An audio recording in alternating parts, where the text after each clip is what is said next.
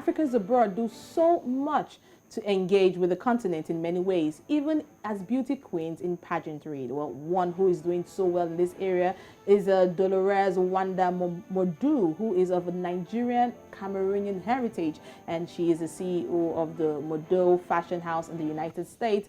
Dolores is also a graduate in business management from the University of Phoenix and runs the NGO Field of Dreams. Even more exciting, she's a model and will soon be contesting for Miss Minnesota USA pageantry.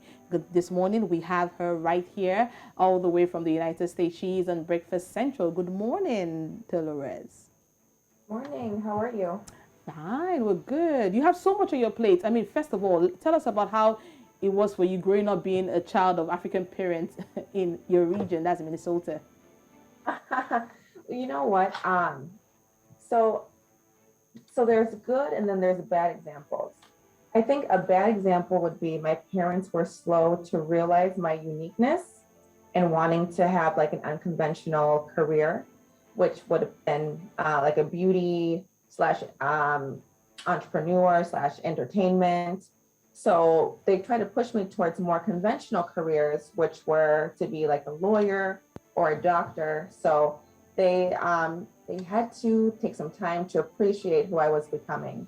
So it was that's kind of a, not the best example, like a bad example of how it was growing up with them.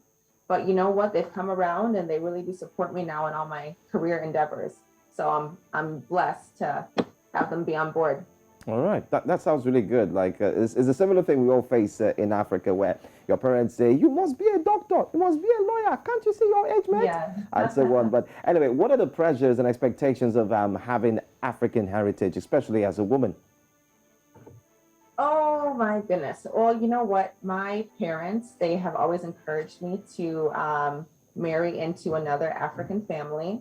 My grandma in particular always wanted me to get married early to start having a lot of babies so that she could hold my grandkids.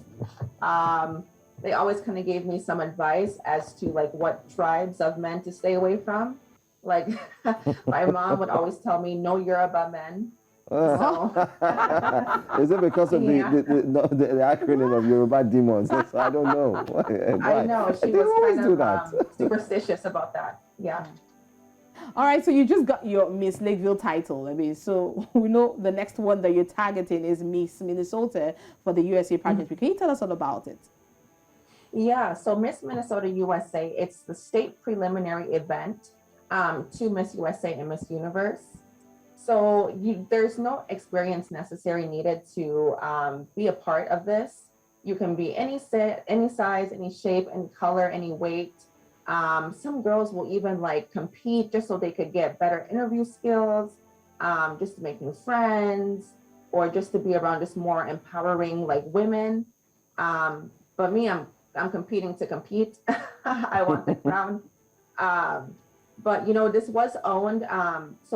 It's called Future Productions. So that's the franchise I'm under with Miss Minnesota USA.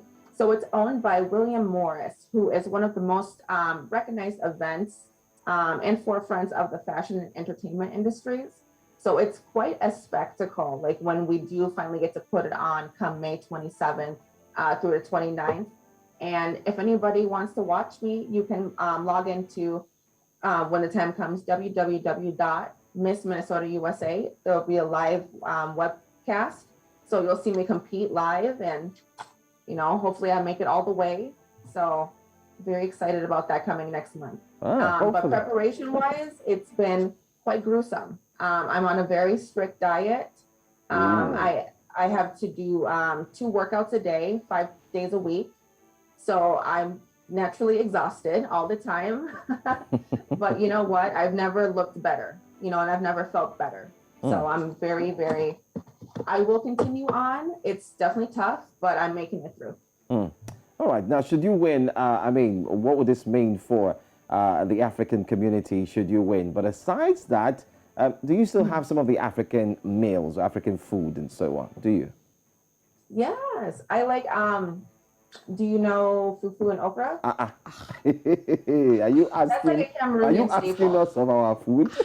Yeah, I know. Awa. It's like a Cameroonian staple. Well, I know. So I love fufu and okra. I love just jollof rice. I like plantains, like whether we boil them or fry them. I like everything. I'm not picky. You are African. Mhm. But tell us what this would mean Right. if you win, if you do win. What would it mean for the African community? So for the African immigrants that have come to Minnesota, it would help me build a world where I would feel comfortable raising my own children one day. Um, I want to give representation to the African immigrants, to the BIPOC community in Minnesota. I want to give them a voice where they maybe may not have been heard before.